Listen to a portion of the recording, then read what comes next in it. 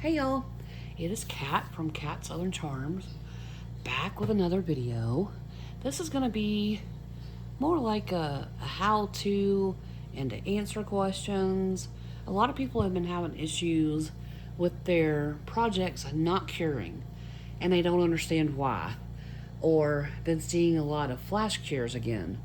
So I thought I would do a video to explain how resin works and why you might have flash cures and why your projects may not be curing.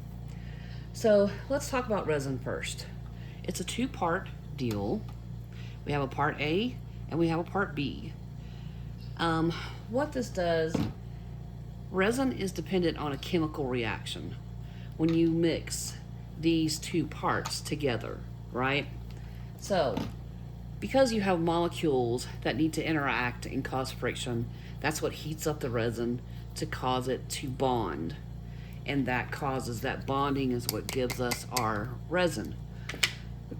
So when you add a lot of resin into one big area, or let's do this.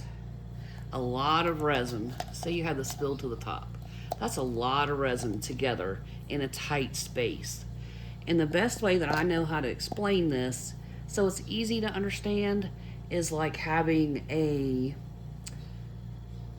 teenage prom. So you have a bunch of teenagers, raging hormones, shoved in a gym, all tightened together. It's gonna get really hot really fast, right?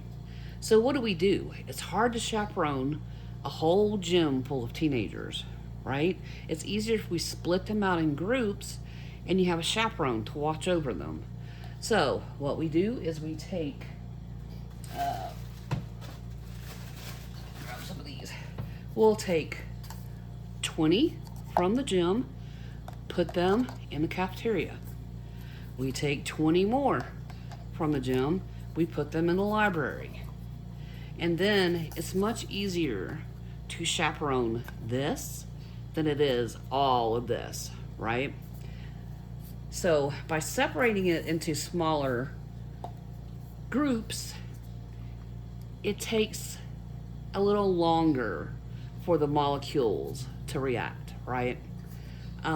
So that's just clear resin. Now, when you add colorants, say you add mica powders, or you add some transparent ink, some alcohol ink, some paste, or just some regular colorant dye, right? We add all that to make our colors. But if you add too much, it's like putting clothes on. So it's harder, it'll take longer. It's still possible, but it'll take longer for that reaction to happen so your piece can cure. So that's why you see a lot of smaller pieces that take longer to cure than, say, a bigger piece, right? Because you have less here, so it takes longer for that friction and that reaction to happen.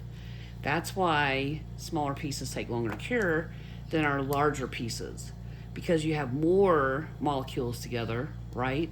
So it's easier for that friction to happen and cure the piece. So that covers that. And what happens where it won't cure at all? It's because maybe we've added too much paste. Paste is heavier than, let's say, alcohol ink, right? That is, if you add a lot of paste to your resin, that's like adding a barca coat, a big fur coat on that molecule. Guess what? You can't get through that fur coat to get that friction that you need to cure your piece.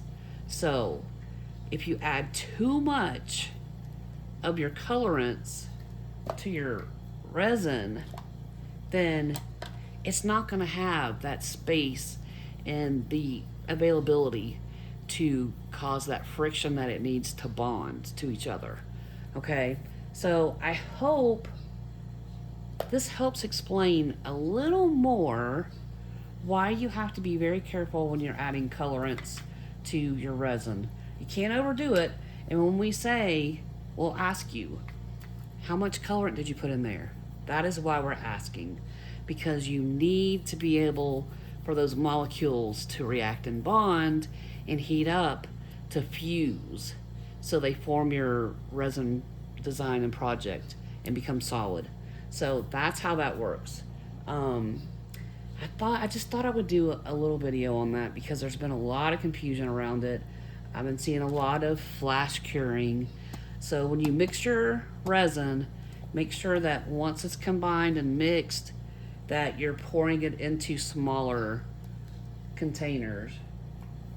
So it allows it, gives you more working time and allows you to add your colorants and all that instead of everything getting heated up in that gym.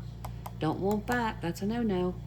So I hope that explains to you guys flash cure and why adding too much colorant will not allow your pieces to cure at all. And the difference of why it takes a bookmark or a smaller piece to cure longer as compared to a larger piece that has a lot more molecules that are working together to create the heat needed to get that bond. So this is another pro tip. Hopefully it's helped you. Leave a comment below. Let me know. Did that help explain things a little better? I know it's kind of a crude way to explain it, but it really does make it more understandable that way. Anyway, that is our video for tonight. Make sure you do all the YouTube things so you don't miss the next video because I have some really cool stuff coming out. Until then, happy arting, y'all. Ta-ta for now.